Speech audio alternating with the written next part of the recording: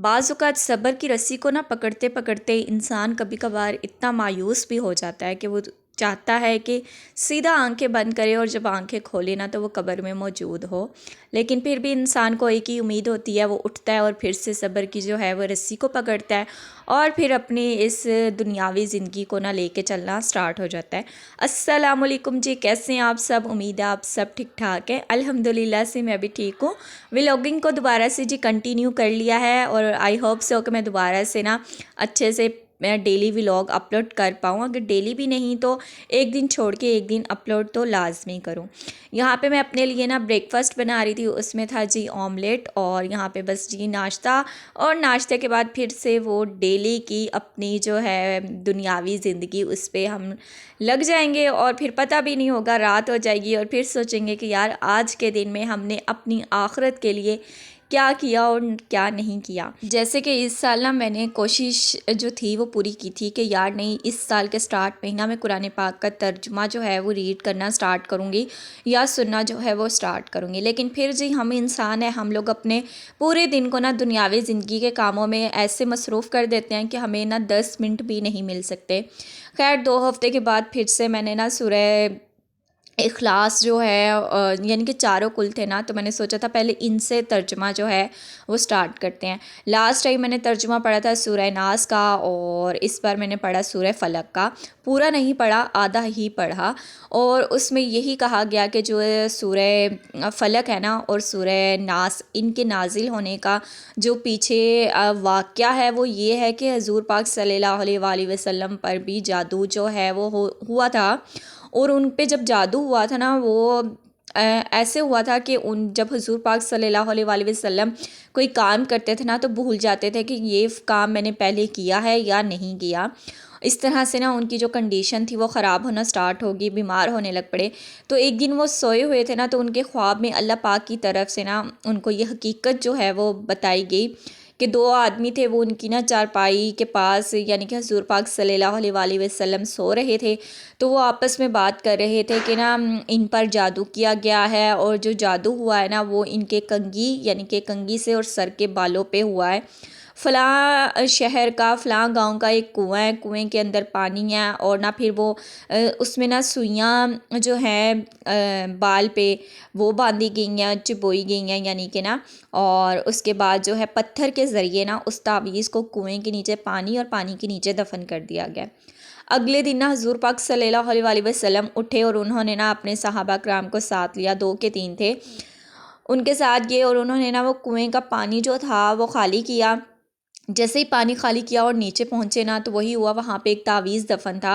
और जैसे ही उन्होंने तावीज़ पकड़ा, हज़रत जिब्राइल अलैहिस्सलाम जो थे ना वो नाजिल हुए और उन्होंने हजूर पाक सल्लल्लाहु अलैहि वसल्लम को सूरह फलक और सूरह नास की यानी कि जब ये नाजिल हुई ना तो बताया कि अल्लाह की तरफ से आपके लिए दी गई हैं। जैसे ही फिर हजूर पाक सल्लल्लाहु अलैहि वसल्लम सूरह फलक और सूरह नास की तिलावत करते जा रहे थे तो वो गिरा जो थी ना वो खुलती जा रही थी और जो सुइयाँ थी ना वो हजूर पाक सल्लल्लाहु अलैहि वसल्लम वो निकालते जा रहे थे।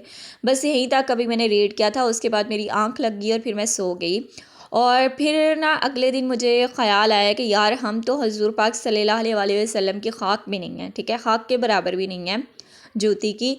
तो अगर उन पे जादू हो सकता है, नज़र बद जो है वो कहा गया है, हदीस में भी है कि नज़र बद ऊँट को हंडिया में पहुंचा देती है और इंसान को कब्र में। तो जब यार उन्होंने कह दिया कि यार ये बरहक है, तो हम लोग कौन होते हैं झुटलाने वाले? झुटलाना गलत होगा, हाँ इसके इलाज के लिए मुख्तलिफ़ किस्म के ना टोटके वगैरह करना वो गलत होगा, क्योंकि कुरान पाक में हर चीज़ का जो है वो इलाज वाज़िया तौर पर बयान किया गया।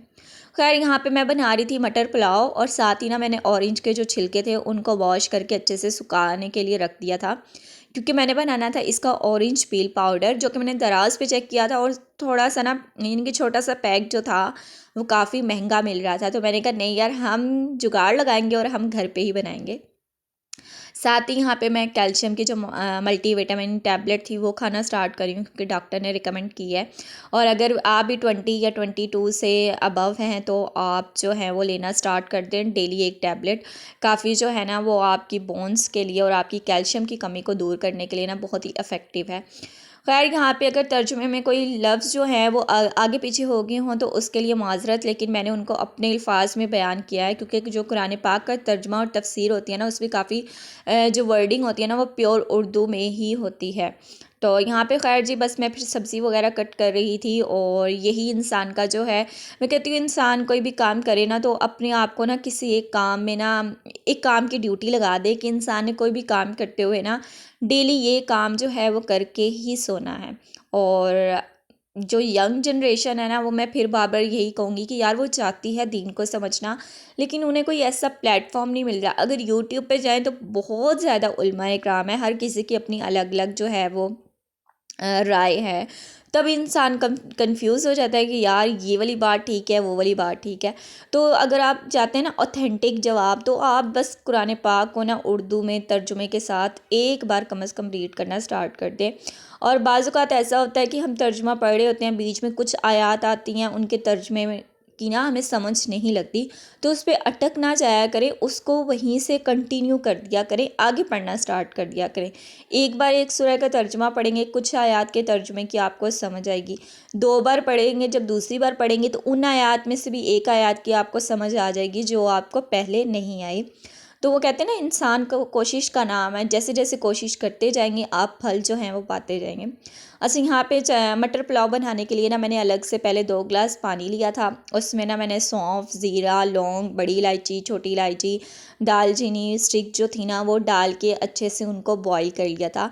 जैसे ही उनका जो पानी है ना वो मतलब कि अपना जूस जो है वो उस पानी में उनका मिक्सचर टेस्ट वगैरह ऐड हो जाएगा, तो मैं उनको स्ट्रेन करके ना चावल में डाल दूँगी। इससे क्या होगा कि खाते टाइम ना मेरे घर वालों के मुँह पे मसाले नहीं आते और फिर मेरी बेइज़्ज़ती नहीं होती। यहाँ पे मैंने थोड़ी सी ना मटर के साथ साथ बंद गोभी जो है वो भी ऐड कर दी थी, क्योंकि वो बाद में नज़र तो आनी ही नहीं थी, तो मैंने कहा इससे अच्छा है कि वेस्ट जाए, हम इसको यूज़ ही कर लेते हैं। और काफ़ी मज़ेदार जो थे वो बन गए थे। और अब की बारी जब मसाला बिरयानी मसाला वगैरह डाल के मैंने भुनाई कर ली थी, और अब सिंपली मैंने ये वाला पानी ना स्ट्रेन करके डाल देना। इससे सौंफ से ना आपके किसी भी, चाहे आप मटर पुलाव बना रहे हो या आप चना पुलाव बना रहे हो, इतना अच्छा टेस्ट आता है ना और इतनी अच्छी खुशबू आती है कि खाने का भी दिल करता है। और फिर इंसान, अच्छा बनाने वाले का ये होता है कि जब भी वो बनाता है ना, तो बनाते हुए ही ना पेट पता नहीं क्यों भर सा जाता है। बताइएगा आप में से किसी के साथ ऐसा होता है कि नहीं होता, बट मेरे साथ तो यही होता है। और फिर मैं जाके ना शाम को चावल खाए थे। खैर यहाँ पे इन बातों का यहीं पे एंड करते हैं और अपनी थोड़ी मस्ती मस्ती भी कर लेते हैं। अच्छा यहाँ पे आटा गूंदते हुए ना मेरी अम्मा हमेशा मुझे कहती हैं कि तुम ना आटे की पसली तोड़ के फिर आटा गूंदा करो, और मैं उतनी ही ढीठ हूँ, मैं बस 2-3 मुक्कियाँ दे के आटे को बाउल में रख देती हूँ कि खुद ही सेट हो जाएगा और फिर हम पका लेंगे, क्योंकि मुझसे इतनी ढेर सारी ना मुक्कियाँ नहीं दी जाती, क्योंकि आपा आपे पहले बहुत कमज़ोर है। बस यही था मेरा आज का व्लॉग। मिलते हैं नेक्स्ट वीडियो में, तब तक के लिए जी अल्लाह हाफिज़, bye bye, take care, do subscribe.